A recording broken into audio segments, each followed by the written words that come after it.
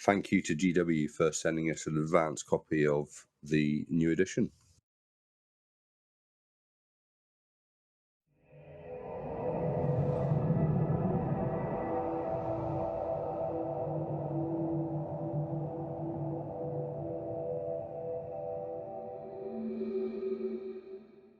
Hello and welcome back to Heroic Stats and Any Heroics podcast.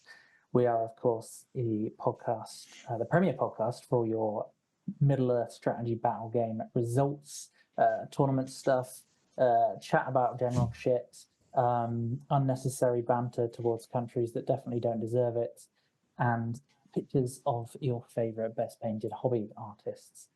My name is Stephen. I am, of course, the captain of Any Heroics, the only team where we choose the captain based on the number of severe rashes they have from insect bites.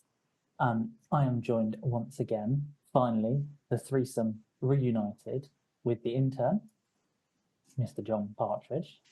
Hello, guys. Mr. David Farmer, who is eating his pizza in the background. And we're joined by the lovely, the gregarious SB Jesus. It's Jordan, also of Any Heroics fame.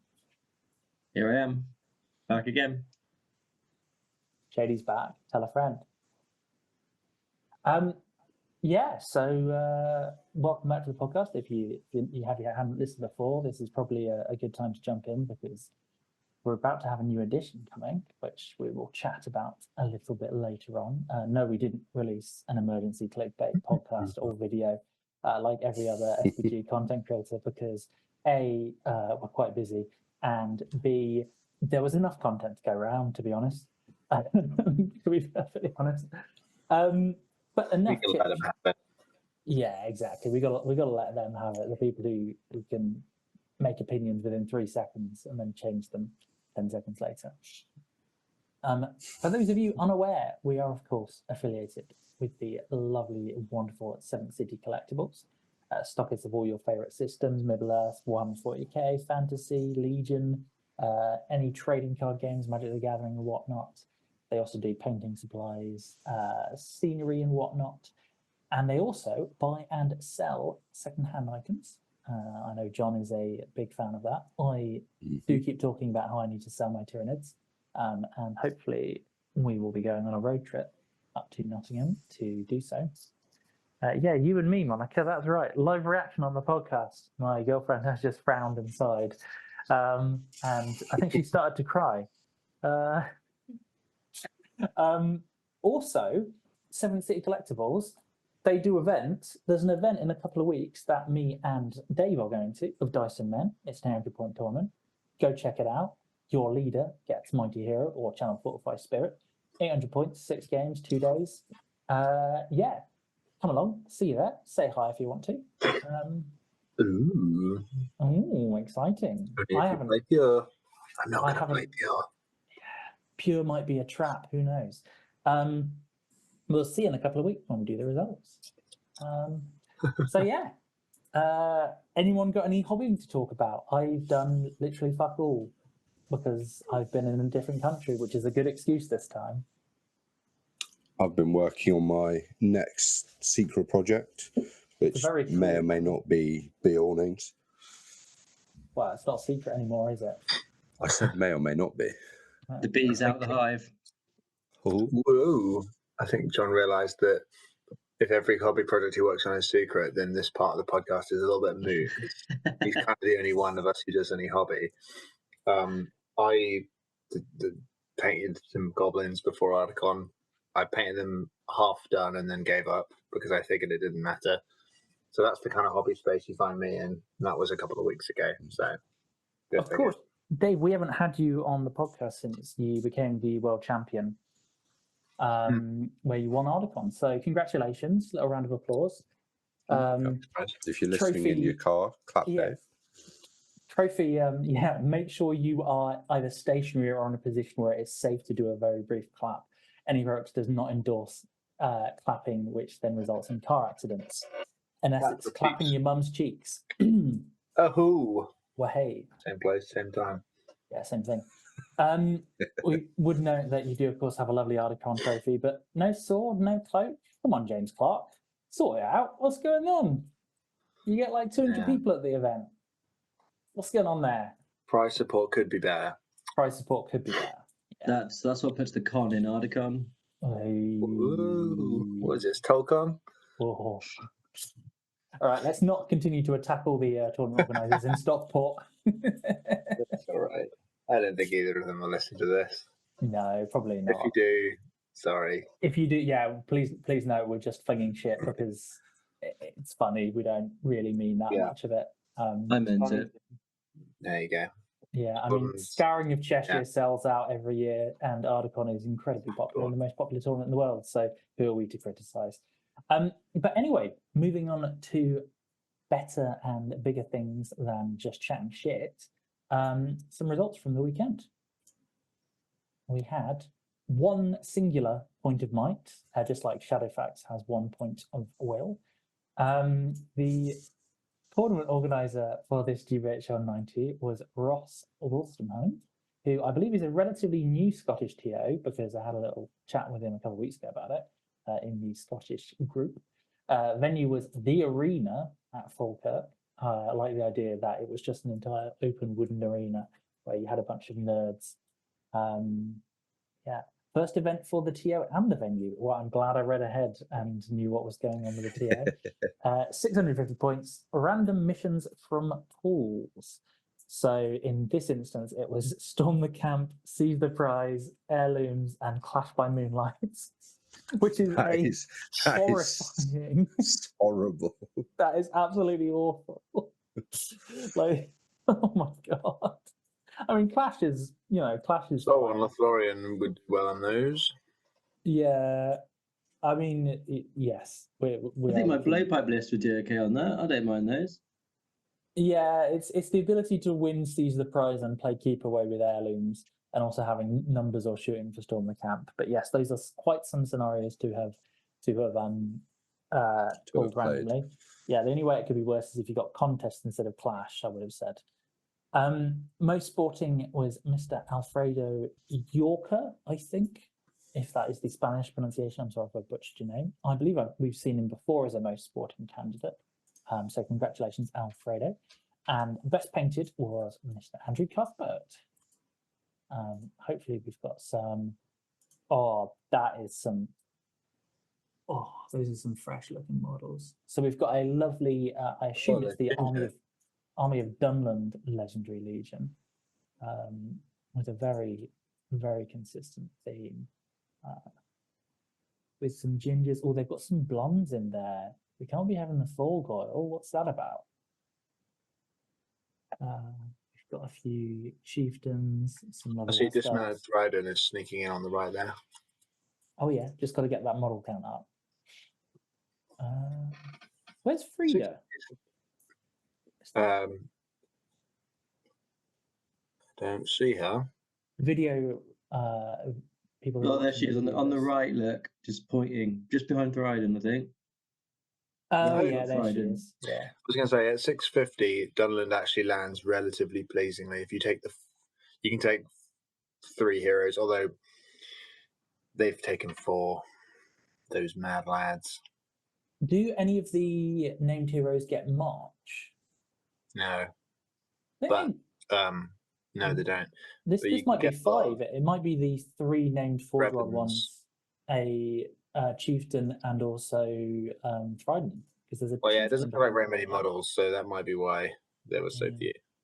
But then let's get easy access to relatively cheap Cav and Crebain, so it's not the end of the world. Anyway, nice army, bro. Lovely looking models. Very nice looking models. Let's move on to some lists. In third place, we had Ian McGregor bringing 650 points of Angmar. He has 37 models, 1 Honesty Bow, led, of course, by everyone's favourite spooky boy, the Witch King of Angmar, with Crown and Morgul, Horse, 3 Might, 14 Will, 2 Fate. The Witch King led an Orc Warrior with Shield and Banner, 1 Deadmar Spectre, 1 Wild Warg, 6 Orcs with Shield, 6 with Spear. And then an Orc Captain on Warg, leading another Deadmar Spectre, 1 Wild Warg, 5 Orcs with Shield, 5 Orcs with Spear. And finally, he had Gullivar, Terror of Arnor with 1 Wild Warg, 2 Orcs with Shield, 2 Orcs with Spear, 1 Orc with 2-handed weapon, and 1 Orc with bow. 37 models is pretty cringe. 36 or 38. Come on, Ian. What are you doing? Yeah. I like the list in theory. I would hate to see how it does into anything heavy shooting. Yeah. You are, because the 37 models with Angmar, when everything's a fight 3 at most defense 5 orc, you don't have a shade to increase battle line longevity. You've got a lot of heavy lifting on Gullivar. Now, what we do have to remember is the scenarios we got were Clash by Moonlight, so hopefully this didn't face any heavy shooting lists in that scenario. Otherwise, Gullivar has a very brief, very sad time. Seize the prize. Unlikely that the opponent does a hell of a lot of shooting if they are going for the prize. Heirlooms, again, you're trying to get the objectives. You're probably not doing a supreme amount of 24-inch deployment, corner camping style stuff. Did they know the scenarios before selecting the list? No. Okay. It was random and those were rolled. So this is just a Gullivar list. He's just gone, Yeah. all right, let's do what I can with Gullivar. I like Gullivar. I think Gullivar is going out in the next edition. It certainly seems like a plausible thing, yeah. Yeah. It's a very standard Witch King build. There's not a lot to change. I think the 2 Dead Marsh Spectres is probably the right number at this point. Would you agree, John? Yeah, I like 2 even at higher points because generally you want to make it around, take advantage of it, just doing 1 or 2. Courage Test is normally 1 model in particular, so there is definitely diminishing returns. And it's a lot of points to invest if they're not good in the matchup, say you're up against Courage 5 Elves, it's going to feel really rough that you're rocking 45 points versus Spectres. I agree with that. I think 2 is a good number. 3 is also viable, but I think 2 is the most optimal number. 4 is too many, and 5 is way out. If you're going to go up to 5, you'd want to have way more than that. You'd have like 12, have a front line of them, go crazy, have a shade. Yeah. Do we think how do we feel about the Wild Wargs? There's 3 of them in there. He's gone budget. I'd rather Warg Riders, but I mean, they are 5 points cheaper than a Warg Rider with a shield or a throwing spear. The way I'd look at it is I'd drop the 3 Wild Wargs and the 2-handed weapon on 2 Warg Riders. The 2 Warg Riders. Maybe trim somewhere to get some throwing spears, but I don't think they're 100% necessary in this. That would be better. You're right. But I think it drops you to 36 models. You keep the same breakpoint. Warg Riders you're not losing anything. Yeah, Warg Riders for 4 points extra on a Wild Warg are just so much better. With the knockdown, the potential 2 models for an objective late game or recon or whatnot. But I mean, it's a pretty solid list. There's not a hell of a lot to say about it. I'm not surprised it did okay enough. I wonder if he got like a draw at Storm the Camp or something. Because like this is good at Seize the Prize and very good at Seize the Prize and Gully is great in heirlooms. Yeah, in Clash, as long as you're not facing heavy shooting, this list will do very well. I wouldn't be surprised if this was something like, seeing he's third, I wouldn't be surprised if he like drew his first round and won the other 3. Yeah. That would not be shocking to me. I would say that here he's gone for what I would say is the optimal Orc Captain build where you just put him on Warg. He presumably has a pick, and he goes in with Gullivar or the Witch King, allows you to strike combat or something like that, and he just minces strength 5, 6 attacks on the knockdown. That won't be happening anymore soon. Bit of foreshadowing for later in the episode. Rest in peace. Right, let's look at our second place list. It is friend of the pod, David Reed. The King in the North. David. That is an excellent artist's interpretation of Gwahir. I remember we talked about this at Ardacon because he was on my team. Do you want to run it through for us, Dave? 32 models, 650, Misty Mountains in the Kingdom of Khazad-dûm. So I'm going to have to burp because of my pizza. Excuse me. Okay, so he's got Gwahir, who is the leader. He's got a Dwarf King, leading 2 Dwarf Warriors with shield, 1 Dwarf Warrior with the shield and a banner, 4 Khazar, 2 Dwarf Rangers with the good stuff, aka a bow and throwing axes, and 3 Vault Warden teams. And then his other warband is a Dwarf King, leading a Dwarf Warrior with shield, 5 Khazar, 2 Dwarf Rangers with Dwarf Longbow and throwing axes, and then 3 Vault Warden teams for a total of 32 models. I think this is pretty good. Because Dwarf Kings are really good for their points, and they let you do yellow alliances, and this is just a great hammer and anvil list. Basically, no frills at all. Doesn't max his bows out, doesn't matter, he's got enough to be threatening. Taking the throwing axes on the Dwarf Rangers, because 3+ shoot throwing axes is awesome. Yeah, there's really not a whole lot to say about this. I mean, Guahir is a beast, but also you really don't use him that aggressively in a list like this. You just use him to pick off like important models and do hurls and stuff. You don't really put him in dangerous positions. Similar to Gullivar, except the actual anvil is much tougher, but obviously has fewer tricks in the sense of... he shores up a lot of the dwarf's weaknesses, doesn't he? Adds that mobility, adds a bit of reach. There's a real reason why currently Kingdom of Khazad-dûm get allied in with a Guahir all the time, and it's not because the Dwarf King is a great profile, and it's because Guahir can ally with them. Basically, Khazad-dûm kind of need some help, and they don't actually have loads of options, because it's either the hated elves, which I mean is a fine option, or it's Elgi. Arnor, also not so simple if you don't happen to own those models. Maybe that'll change coming soon. Spoilers. And yeah, they don't have those options. But I mean, Dave loves his Khazad-dûm and his Kingdom of Moria and all that stuff. It is a bit of a, I have to say, it's off form of him to not have every single model with a throwing axe. But he's such a lovely man. I think we allow it this time. Right, should we have a look at our winning list? Yeah, I wonder if it's anything we've seen before. I don't know, it's pretty unique. It is, of course, Witch King Suladan, piloted expertly by Andrew Lawrenson. Mordor Serpent Horde, Green Alliance, 38 models. We've got the Witch King of Angmar with Horse, Crown of Morgul, 3 Might, 14 Will, 2 Fate. It's in a funny order. It is in a funny order, isn't it? Brain stopped working. The Witch King's leading 9 Black Nuns, 7 Morannons with Shield and Spear, 2 Trackers. Then he's got the Mouth of Sauron on Armoured Horse, leading 6 Black Nuns, 5 Morannon Orcs, Spear and Shield, 3 Trackers, and 1 Tracker with a weapon swap. And then he's got Suladan the Serpent Lord on Armoured Horse with 2 Serpent Riders. Yeah, I mean, this is probably a slightly chubbier battle line than we'd usually see. Yeah, 15 Nums is a lot. He's misbalanced his Morannons and Black Numenorians, but I wonder if that's just due to model limitations, because he's specifically got 12 Morannon Orcs with Spear and Shield, which I think is half of the 24 Morannon Orc box set. That would make sense to me. But if he's got 15 Nums, and then if he's got more Nums than he's got Spear and Shield Morannons, he's done something weird with his collection. Might not be. Yeah, because they're quite difficult to get hold of, legitimate Nums. So I expect he's probably just anticipating losing some to shooting.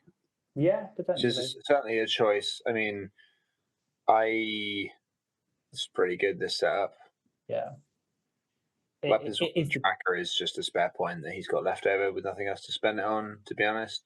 I wonder what he took. Axe, probably.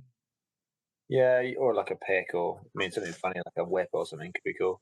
I think really, like, I mean, if you want to have it, you can get another. The way Ash runs this is he'll take 1 less will on the Witch King, and then you can upgrade one of those Black Nums into a Serpent Rider pretty easily. In fact, I think if you don't take the way Ashley does it is he takes a 3rd Serpent Rider, which again is probably a limitation thing, because I mean they're not the most easy available models, and a lot of people don't have loads of them. But if you have a 3rd Serpent Rider or like a Raider or something with a bow, which is one of the things I would like. You can then have another tracker as well. If you don't take the weapon swap and you drop a will point that saves you 6 points, and then you upgrade, spend 3 or 4 to upgrade it. I think what Ashley does is he takes a couple of his Morannons without shields, but I mean, like, there's a few options you can do there. I like this version though. I think the extra model doesn't help you loads. Black Numenorean, you can sort of. I think I'd probably have 1 less Black Lum and 1 more Morannon with this as it is, but like, if you want to have some spares for when you get shot, that's good. This is a strong list. I happen to know that Finley basically asked me for my exact Articon list so he could take it to this, but evidently it didn't work out. You should have watched our podcast, Finley. I'm sure he did.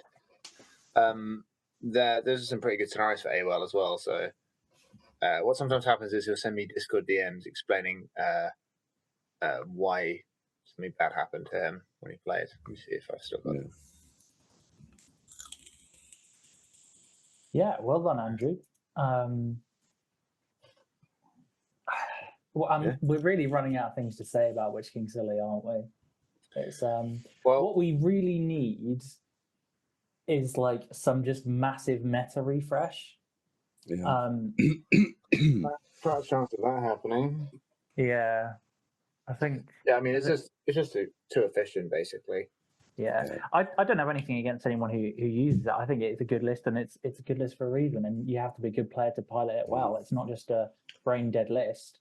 But we do see quite a lot of it at the moment. Maybe if we get a new edition of the game, we'll see some nerfs to it.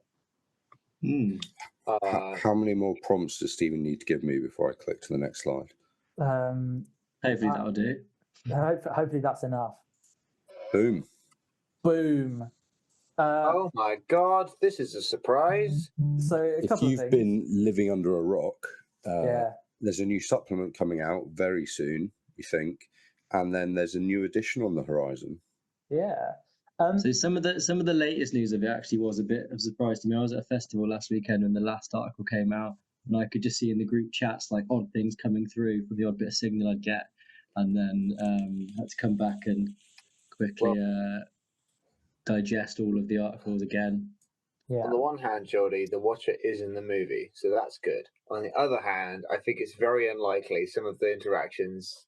Well, actually, I don't know about that, because I sort of think that it's entirely possible that Watcher chicanery has kind of passed Jay by, because I mean he hasn't been to tournaments lately. I feel like if someone watched him, it would have happened. Well, actually, if Harry Parkhill wrote the rules, then oh yeah, the Watcher would be fucked. I think there's a few players out there that would have. I would have got rid of it personally. Quite a few players out there who, after playing Jordan, have set up a dartboard with the Watcher on it, and are just like, I've got training montage. I've got so much Watcher-based PTSD that I struggle to not take Blinding Light related spells to tournaments now, because it's just horrific. Anyway, it's but let's probably talk going to about get changed in some way. Let's talk about the supplement first.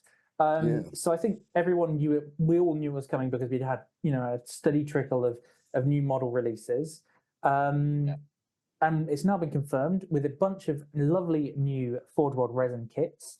It's the Rise of Angmar supplement, which is going to cover a bunch of things, including the Men of Cairn Dun, or however it is you pronounce it. Cairn Dun, I think. Cairn Dun. Sorry to any Scottish people. I'm really sorry. I don't know why I did that accent. A few snippets that came up in the Sunday preview. So, we've got a suspected release date. Yes. Normally, things come out in the Sunday preview. They go up for pre-order the next weekend. So that'll be this coming Saturday, and then they're released the weekend after that. So hopefully less than 2 weeks until we get our hands on this. And that includes the free PDF of the rules. Yeah, because it's important to note here, and I think this is actually a good move from GW, so props to them, is they've released this, or they've had this supplement coming, and they've also got the new edition coming probably a few months afterwards, maybe roughly 3 months, let's say. They've said themselves that they're aware that this is a short time period, and therefore they're going to release the new Angmar book as a free PDF. So you don't have to buy a new rule book, knowing that it's going to be changed in a couple of months' time. Is that what they said? That is basically what Yeah. they said. Yeah. Yeah, I that's what thought they what they said. said was that the stuff that came out in this was going to get a free PDF before the new rules came out. I don't know if they also said that. I'm pretty sure what they said was the stuff that comes out in this book, despite not being in the Armies of the Hobbit, because they said the new stuff is going to be Armies of the Hobbit, Armies of the Lord of the Rings, Armies of Middle Earth, and then there's going to be the historical stuff that's like the stuff that's getting phased out. So because Angmar and Arnor does not come into either the Hobbit or the Lord of the Rings, that would come under the Armies of Middle Earth, which they specifically said was not coming immediately on the new edition. They said it was going to be down the line somewhat. Oh, yeah. You are no, absolutely Dave correct. is, I've this just stuff- double Dave is read it. correct. Yeah. Yeah. This stuff specifically, because it's brand new, they wanted to make sure there were rules for it in the new edition. Yes. So this stuff will have a PDF. I think you guys are confusing Yes. that. Yes. Yeah. So Dave is very much correct. The exact wording is, however, as the release of Rise of Angmar comes so close to the new edition, there will also be a free Armies of Arnor and Angmar PDF available to download upon the launch of the new edition, Yeah. containing the rules for Arnor and Angmar. Yeah. So you guys have got it backwards. That would probably have also been smart, but then I don't know if people would buy this.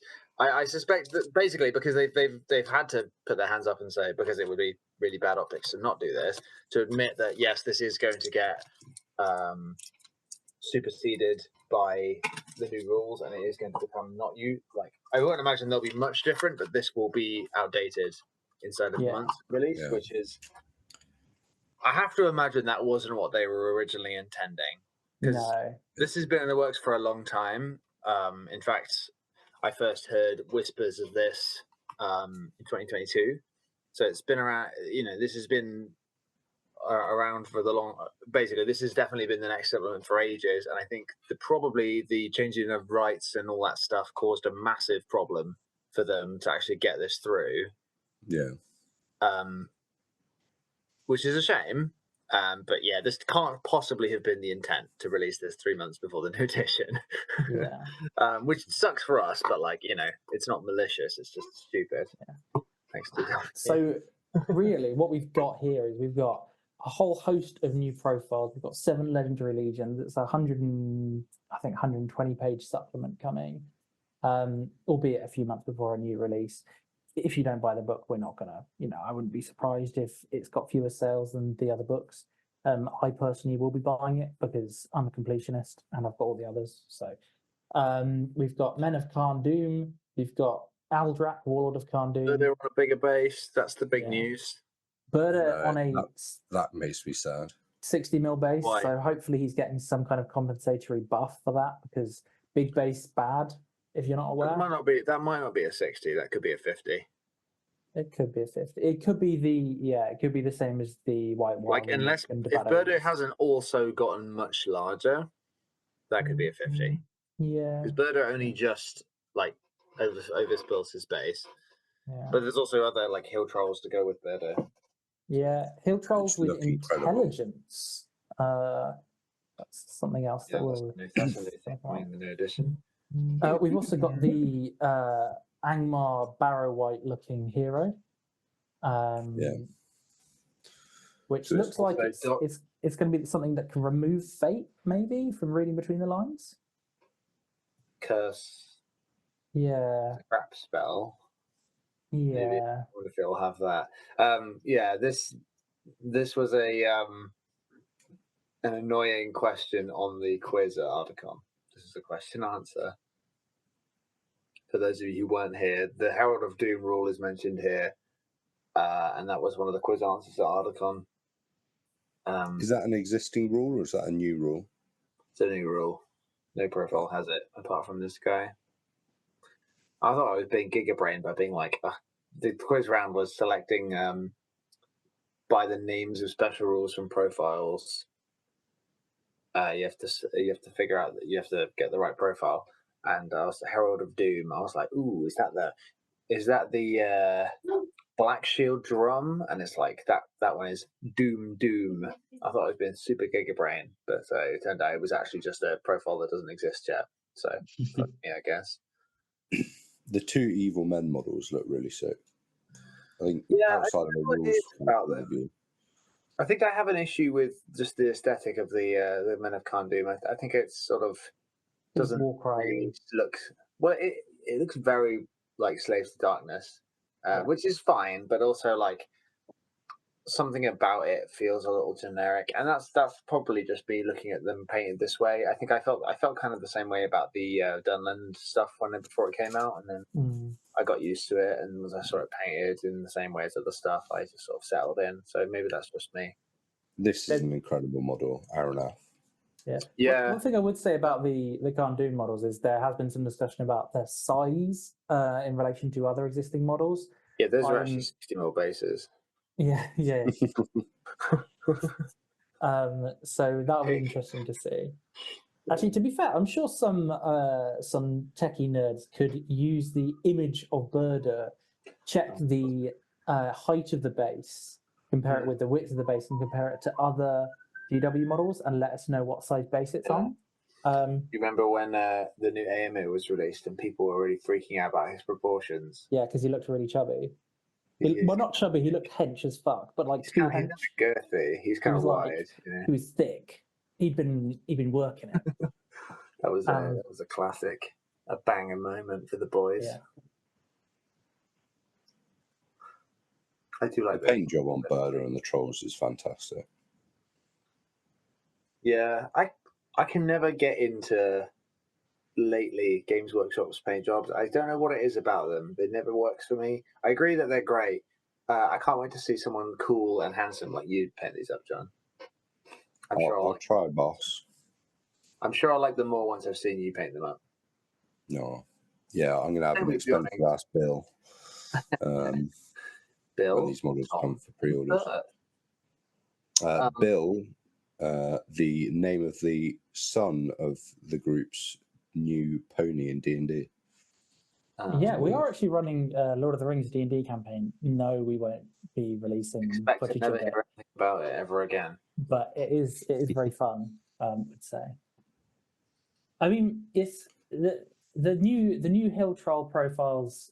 I'm cautiously excited that they might make monsters vaguely relevant, or non-hero monsters vaguely relevant. Well, I reckon they'll give you some kind of clue as to what monsters might look like in the new edition, because if they're these will have been, written with that in mind, I assume.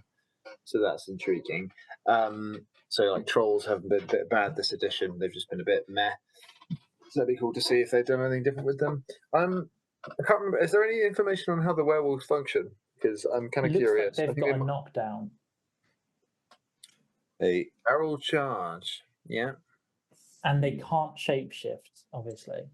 Well, no, because no werewolves can shapeshift. Yeah, they're just big wolves now. Well, that's how they always are in Tolkien, to be fair. Yeah, fair enough. Well, unfortunately, all of these incredible-looking Angmar models have been overshadowed a bit by the other release bit of news that we got, which is, of course, the new edition of the game. Yeah. We got a huge amount of news. Who wants to kind of run through it a bit, or should we go? I don't want to do Man Reed's article, but read it and then we'll talk about it. I mean, they essentially announced they were going to try and. There was a few key points, as I remember it, was they were saying they wanted to try and prioritize things that actually occur on screen. So that means movies prio for a start, which is always a thing, but it's sort of enshrined. It also means if it happens on screen, it's going to have rules. If it didn't, then it may not. So they said that certain things were going to become, what did I say, like memories of Middle Earth or whatever? Legacies. Legacies, yeah. Legacies, okay. They were going to make some things be like not officially Games Workshop supported. So this is a pattern that they have where they want to try and phase out certain things. I have a feeling this is a sort of a move to try and clean up the sort of historically messy licensing situation with like certain profiles. Games Workshop created a lot of profiles. I imagine a lot of those will be going bye-bye. Like things like Abrakan Guard or Watchers of Kana or stuff like that, which is a shame. Although that may not be those. That's just pure speculation. But like that is the kind of thing. Maybe just like stuff that doesn't appear on screen and was just invented aesthetically by Games Workshop because it exists in the grander legendarium. They want to try and focus on factions and forces that actually appear in the movies, which and also leads to the I was just going to say that one important thing they're saying is that they're doing the new edition focusing on the War of the Rohirrim movie. Yeah. So I guess what remains to be seen because that's about Hammerhand supposedly. So we will see maybe Dunland play a larger part. Hammerhands, who? If What? you haven't seen Elliot's Hammerhand video, please do go check it out. It's quite funny. I was thinking, where did I get a bit of PTSD from that comment from? So what changes are they thinking of bringing about rules-wise? Well, they mentioned they wanted to try and streamline the rules, which had a lot of people holding their breath, and then they mentioned they didn't want to change them too much. So one suspects that means going back to a point in history a little bit where special strikes. Well, they specifically say special strikes are getting nixed, which I think is fine. They're pretty niche. I mean, in a lot of ways, like it doesn't change the game very much. The one that changes the game by far the most in the current edition is Piercing Strike, which gives a little. I'm personally a real fan of the special strikes. I know it's not Lord of the Rings. I know it's all based on that, but in a game where you don't have things like magic weapons and items you can take, like you do in other systems, and that little bit of variation in how weapons function and kind of fighting styles of armies based on the weapons they would take, actually is quite good. And often, you don't even use. Like I'm playing Farhad at the minute. How often have I ever done something? Probably never. But having the option of doing it, to say a Balrog or something, I think is pretty neat. So I think just making all weapons generic is a bit lame in my opinion. But we'll see. I'm trying to be open-minded. I'm not hugely. My main takeaway from it is I actually think this is just not a big deal. Like I like them as they exist, but I kind of think that as long as you ensure that armies have proper access to things like Strength 4, it stops the game from getting easier, some sort of ability to line break. Because the reason why axes are popular is because it means that you can, it's like a risk reward thing. I think axes for me are the best. They're a really elegant example of how this system doesn't have to be complicated, but they do create a system which I do understand because the special strikes are not created equal. And the models were not designed with special strikes in mind. The profiles weren't really designed with special strikes in mind. So certain profiles get access to them and others don't. And that isn't really based on balance. It's based on what the models happen to have.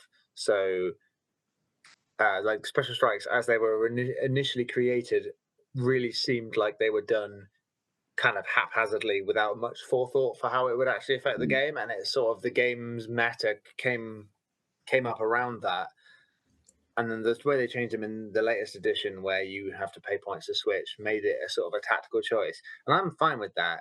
I'd almost feel like I'd like some equivalent where you can still choose to special strike, it just doesn't actually matter what weapon you have. Or I maybe think that would be nice. You could say like any model can Piercing Strike, or certain profiles can, or you can be like, or you just be like, you can attack recklessly, get +1 strength, but -D3 defense. You just don't attach it to a particular weapon that only some models have. But I don't imagine that's what they'll do either. Remains to be seen, of course. I just don't really want to end up in a situation where your sort of strength 3 line is bouncing off a D6 line, and you either have to rely on your heroes to do work, or what have you. I don't know. I'm sure it'll be fine. That's just that's a step to streamline the rules. One of the important things that people have to remember is that ultimately, if you're playing a casual game, you can play the game how you want. And similarly, tournaments, we might have tournament organizers who say for this event will allow special strikes or something like that. I mean, obviously that creates other slight issues. We'll see how it comes up. I don't I don't like that as a defense of rules writing, though. I think rules writing should account for all of this stuff, and I really don't like when rules imply that it's like, oh, you can do whatever you want at home. It's like, I know you can't control what I Yeah. do with my own You miniatures. can't stop It's me, just James like, Workshop. yeah, like what I want from Games Workshop is a competitively viable rule set. That's what they should be aiming to create. And Yeah. With some breadth of and the word, I variation. think the reason people are bothered by this is just some of the wording kind of implies, like, obviously we know very little, and people are right to say don't freak out, because obviously don't freak out. It's, you know, nothing is sense.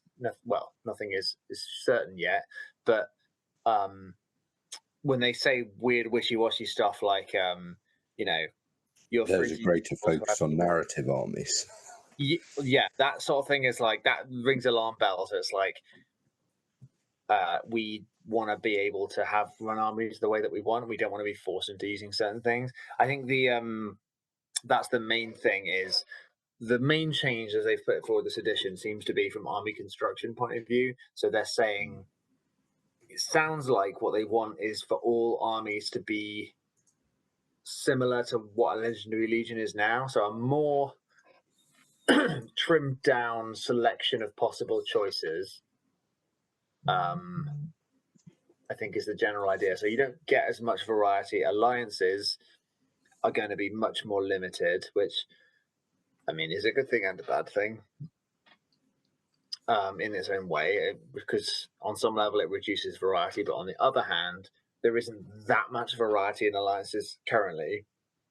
Like, there's only like the sort of alliance matrix is a little bit solved at the moment, I feel, to a degree, like not 100%, but like there are only certain things that are viable.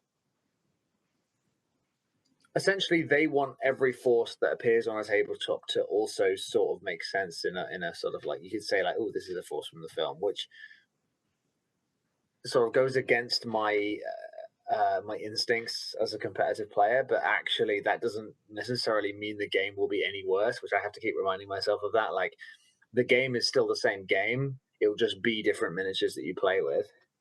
Yeah. Yeah. And speaking of what I was going to mention, you go, Stephen, because I was going to talk about the release schedule. Well, I was just going to say one thing that I do really like about the brief summary, and we'll see whether it's actually what they're saying it is the entire core rules have been rewritten in an effort to streamline and modernize both the way that the rules are presented in the game itself. Now, that sentence doesn't necessarily make me super happy or super sad either way. However, clearer language, consistent terminology, and making the rules easier to follow have been the priorities. There's a lot of weird interactions and weird rules, and some rules work this way and then other similar rules work this way, and just removing any ambiguity from the game. And I think also taking out common sense would be quite nice. If the rule is just quite clear and you play it this way all the time, rather than two players using their common sense in different ways, would be quite an effective way of helping the game move forward. That would be, like, if they manage to pull that off, I will promise not to make fun, but I have this real feeling that being set up front as a primary goal, if they then fail to do so, it's going to be very funny to me. Oh, it's going to be memed just relentlessly. Like, if and you say I'm here your for goal either going way. in is to get it to nail this shit, and then you come out and write a bunch of nonsense rules that can be interpreted all different ways, it's like, man, what are we doing here? Yeah, I think at that point we just have, I think as a community, just revert back to the old rule books and ignore it. Well, yeah, I mean, I don't imagine that will happen, because you want to be playing as a community. Ideally, you don't want to be playing your own custom rules. You want to be playing a supported game that is as it is on the tin, because that gives you the least possible barrier for entry. You know, bad enough having like errata stuff like, you know, Nature's Wrath, where you play against a guy who's never played a tournament before, and he's like, right, measuring his Nature's Wrath, and you're like, oh no, Nature's Wrath is only 3-inch range, and he's like, what do you mean? And you're like, yeah, I see why you don't know this, but yeah, no. Had a young gentleman at Worcester with exactly that issue. He rocked up with a Rivendell list and he had Kierden as a hero of fortitude, because of course he didn't realise. And he hadn't actually had a chance to play that list, fortunately. But I caught him just in the middle. He was like, "Oh, what do you think of this Rivendell list?" Because he listens to the podcast. Shout out, Chris. You're very welcome for all the help. No, just because I know he listens and he keeps saying thank you to me whenever But it was just, I looked at it and I was like, I don't know how to resolve this situation. But you as a new player who turned up with all this enthusiasm, you've got Kierden in your list, great piece, helps Rivendell become actually usable, but you put 12 models in his warband, which means your list is illegal. And he had the same issue with, he was trying to use Elrond, and as you say, he was trying to use Nature's or Wrath of Bruin at 6 inches. And no one had told him it wasn't 6 inches. Not this tournament, but yeah, it is. When you to get into the new game, you have to have read the significantly sized FAQ and errata page. It's not ideal for the game. Yeah, and like that's just an example of why playing a version of the rules that isn't just the one in the rules book is a problem, and that gets exponentially way worse when you start playing a version of the game that is like, it's a community version. So it'd be better if the game was supported and good as is. Also, for purposes of getting new content, whether we've got people on all sides of the how much users support GW spectrum. You've got the you're a mindless shill people, and then you've got the people who are like, well, GW make the game, we should support the game, we should buy everything they do. If you're not playing the most recent rules set, what does that say to GW? We don't like the game, let it die. If we are playing the most recent rules set, and we are buying the new models, they'll continue to support the game. So it's it's a relationship. We have a symbiotic relationship with GW. Yeah, we just have to hope that they do a good job of the rules. But I mean, like the people in charge of the rules, for better or worse, they do care deeply about the game itself. So absolutely, yeah.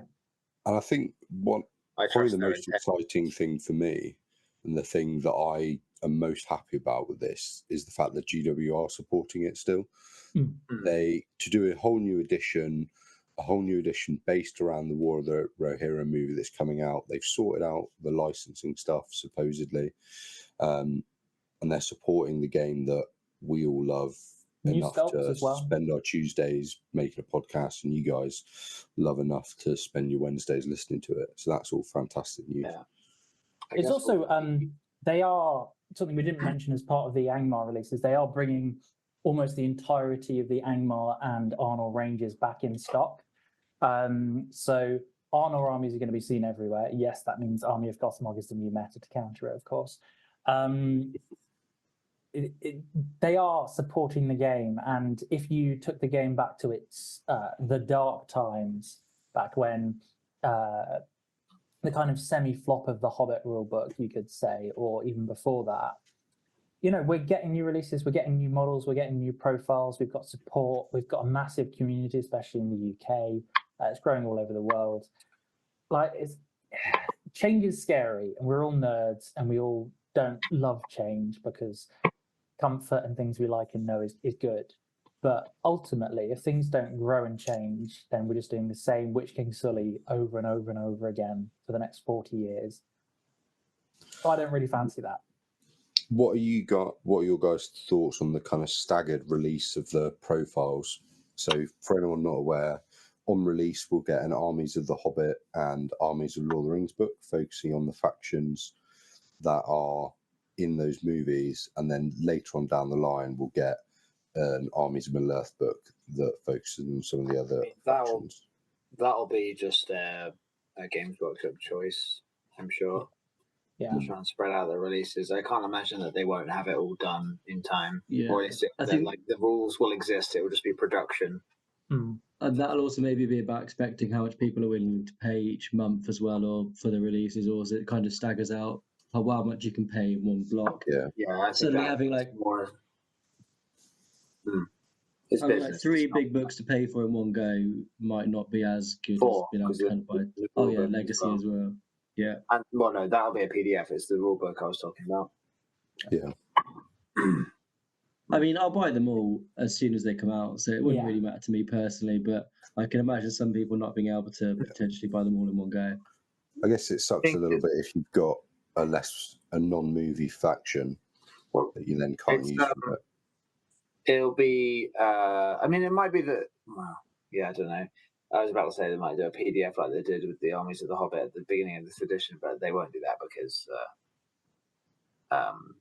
they specifically mentioned they'll do a PDF for Angmar and Arnor. And anyway, I don't love it, but I mean, I think it's like a real statement of intent for what they're doing with this game now. So it's like that is going to be the priority, and we're just going to have to, deal with it. I'll be just fascinated to see how the meta shakes up and how everything changes, if it changes, and how the profiles change, what profiles are good, etc. Will Army of the Dead be viable? Will we be looking at all hero armies being more viable? Will how will the legions look? Will it be more like Legions of Middle Earth? Will it be more like bespoke legendary legions from moments? Because I can't help but feel that it probably won't be. It'll probably be like more like army bonus style pure lists, and then certain allowed alliances between lists, and then then legendary legions will reflect like a specific moment more so. But I don't know. I'll be interested to see if that's accurate at all. Yeah, I'm also interested to see what ends up in the bin. I think what I'd like to make sure, because I'm a very selfish person, is that the Battle of the Last Alliance is fully stocked and fully expanded on, so I can get nice new Gilgalad rules where you've got resistance to magic and Horse Lord. And then whatever else happens with the edition, I'm fine with. Don't really care. I think I feel the same about the list I'm currently playing and really enjoying. But then I'm due a new army in the new year anyway, because I play one army all year. So actually, I shouldn't be too upset because I'll just choose whichever one I like from the new lot and that's basically how everyone go with that. Just pick something new and use and get out of it. The other thing they said, which they passed in, was they wanted to try and spread out some of the fight values. I think they felt like fight value 3, 4, and 5 were quite congested, which is sort of true. A lot of troops, like orcs being the same fight value as the soldiers of Minas Tirith feels a bit wrong somehow. Yeah. Even though Boromir exists. So practically speaking, it's not true. But it's like orcs being the same. Sorry, you've got fully trained soldiers being the same fight value as Lake Town militia, or Lake Town guard, who are just dudes that just like chill in Lake Town every now and then. They don't actually do any fighting, as opposed to Minas Tirith, who are constantly holding back Gondor and what. It'd be interesting to see how that affects points values as well. Lighter elves going to become even more expensive. I wouldn't have thought so. Please, Jay, please. There is also there's a lack of you don't really see fight value 8 in the game. No. 9, I think, is only on a couple of models. So actually spreading those out and having a few more, maybe some of those big boys fight 10, fight 9s, 8s. I don't think is a bad thing at all. That I really don't mind in the new edition, having the kind of fight value spread out a little bit. Yeah, fight value 7+ is basically not used at all, and likewise, fight value 2 and 1 aren't really used at all. 1 is basically just Hobbit militia and a few one-off profiles like Hobbit heroes and Build a Pony and stuff. One of Bard's children's fight 1, I think. Is that right? Well, that's what I'm saying. There's a few one-off heroes. Fight 7+ is like Glorfindel, Elendil, Eagles, Gwaihir, Beorn, Azog, Bolg. There's not that many profiles. It's less than 20 easily. And even if you put things I'm a big Goblin fan. If you put Goblins down to fight 1, I couldn't really care. Fight 2 is already basically lower fight than everything else you come up against anyway. So I'm still losing a fight if you roll a 6. So I don't mind the spread of fight value. I think that's a really good move. I think it's sensible. As a Moria player, do you think we'll see more of the Mind Goblins or the what?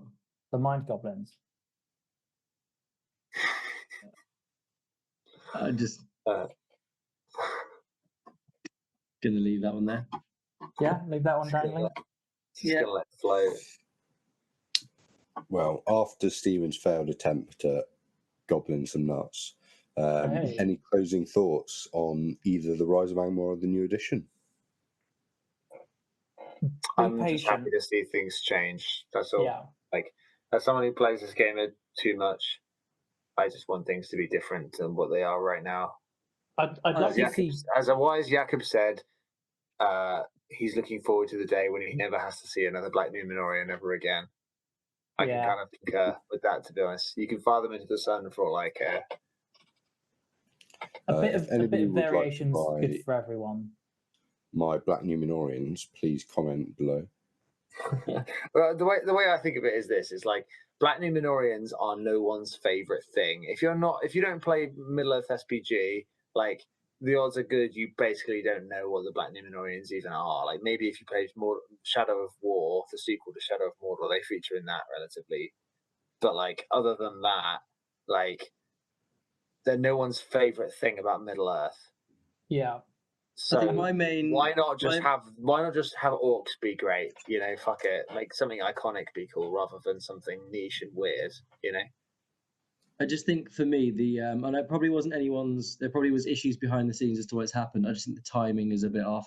Having the Angmar release, it would be really nice to be excited about that, get to play it for a few months, and then like maybe in the new year, they announce this for a few months after, and we've kind of they still do all the good things of like releasing the PDFs and stuff for free when it comes out and blah blah blah.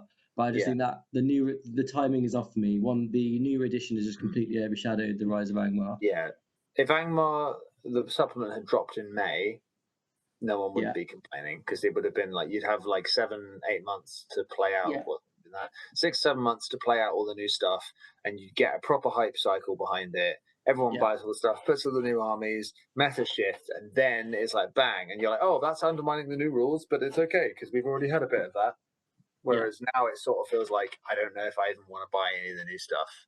That's exactly how I'm feeling about Rise of Angmar. It feels a little bit of a potential waste for I mean, I guess it can't possibly have been the intent because that would be insane if it was. That would be some dog shit marketing. So maybe GW should have used some common sense. Well, I think this one just got in the way, didn't it? I'm dropping the mic on the way out. Yeah, I think they've got too much of that hill troll intelligence rather than actual intelligence. We drop the mic and go on our way out, let's go to everybody's favourite section of the pod, the viewer and listener comments. We don't have many this week. We only have 4. Wow. People clearly saw that Dave, despite winning Articon, wasn't on the channel and quickly switched off and weren't interested. Yeah, sorry guys, I was shitting. That's only not as bad. I was ill. So our first comment is from Akeem. He says, Elliot and John, thanks for the shout out. It was an honour and joy to play against you both. Elliot deserves the #1 spot for worst dice rolling ever at an event. To have nearly won that hold ground against John's Arnor Horde with only 14 models was an epic experience, pushing the limit indeed. Was playing mainly Isengard with a Candish Vanguard. I'll be waiting on that invitation for the Chariot Crazy Shenanigan Army episodes. It's all about the combo. Cheers. It was an absolute pleasure to play you, and eventually we'll get you and Jakob on to talk chariots sometime. You guys can natter away and talk about your chariots. We don't even need to turn up. We'll just press the record button and leave. And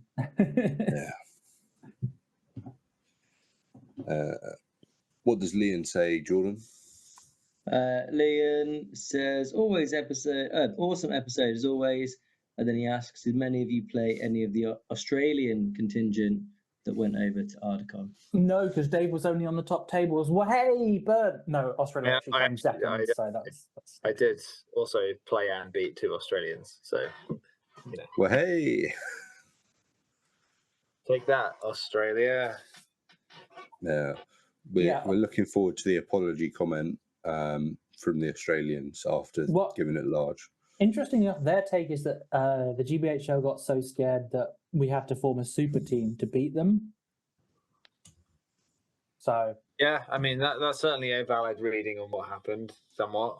But also, no, what happened was I was scared that me talking shit would be proven wrong. So I was like, nah, fuck it, I'm proving myself right. That's what happened. Signal the nerds. Because it turns out if you put together a good team for Aldecon, you get first, second, third, fourth, sixth, and some other positions that don't matter because they don't score. Mm. Yeah, I mean, like the question was, do you think if you put together a GBHL team, it would be an Australian team? I said yes. I was right. There you go. Yeah, suck it, Sean. The Aussies, I think, really. were absolute delight. So I have no animosity against them at all. Yeah, apart from my sort of British rage against anyone non-British. You know how it is. We are privileged enough to be part of a couple of the Australian. There's a Facebook Messenger chat for the Goats Gaming channel, and also the Wargaming in Australia Facebook group. So Australian Middle SPG community, and they're all a bunch of great people. So yeah. Oh, I didn't think you were going to say a bunch of great people. Oh well, I mean, let's put it this way: if you can get a team from the other side of the world and come across to an international tournament, travel an insane amount and spend an insane amount of money, and come second, you've done good in my books, especially for such a relatively small community, I would say. Well, I mean, it's a very, very big country, and they don't have that many people. Kylie did say that she now expects us to go over there, which who knows, maybe will happen. I mean, Ryan's going, so I have to convince him to bring an army. Nice. David Jackson 39 says, do you see Army of Gothmog becoming more viable with the Arnold release coming? Gothmog, yes. Army of Gothmog, yeah. Army of Gothmog is just limited Mordor. Yeah, Fight but 3 Gothmog himself smelly. he is pretty nifty. I heard he came fourth place at Aldecon. And Ali in no way benefited from favourable draws, he said pointedly. Nice. Yeah, Hatred Man and Strength 4 is going to be good into Arnold, is the short answer, with rerolls as well. Army of Gothmog is just generally smelly because it's just going to suck into other lists. That's the problem. Yeah, Army of Gothmog trades loads of the stuff that's good in Mordor for bonuses that basically are only good against like 2 armies. So yeah, there's the 3 competitive armies that it can reliably maybe beat, and that's Arnor, Dragon Emperor, and Riders of Theoden, and that last one is very roll-off dependent. Well, I mean, it's not just that. It's like the Army of Lake Town as well, but it's just like there's the bonuses are all like Gothmog's bonuses are still there if you just take Gothmog. You don't have to completely kneecap your own ability to pick good stuff in Mordor, i.e. Ring Wraiths and Black Numenoreans, in order to take, in order to just make the bonuses that he still gets slightly better. Like, yeah, 12-inch bubble is much better than a 3-inch bubble of Man Hatred, but you do much better off by having Black Numenoreans and stuff as well, and like the Witch King and things. But yes, technically, it does become more viable. Like, if we're just answering yes or no, the answer is yes. I don't think it's viable. And finally, Fourth Arthings Gaming says, completely agree with Men of the South. Political climate is so bad, even a lot of us Americans are cracking jokes about it. It's a 4-man teams tournament. Looks like we might go for biggest battles for theme. Yeah, that's probably better than riffing off the UK political climate. Yeah. Well, also the US political climate, and just politics in general. This isn't a political podcast, but if you're genuinely considering voting for Trump, unsubscribe, please. Oh no, our viewers are going to, our subscribership is going to drop. Hey, listen, if it gets us comments, it gets us comments. Definitely be like, I'm not political, but political statement. That's the joke. Yay. Right. That brings us to the end of our episode. Oh, sorry, I was eating noodles. Yeah. Thanks for coming along to listen. Sorry you've missed me and Dave for a couple of weeks. It's we've been busy times. Remember to comment, like, share, subscribe, support your Hobbit hobby. Remember to check out 7th City Collectibles. Go and buy a ticket for a Dice of Men if you can go, because good tournament, it makes good events, and I'd love to see you there. No, I'm not getting paid to say that. And yeah, just be good people. Chitter chitter. Chitter Chitter, chitter. chitter. It's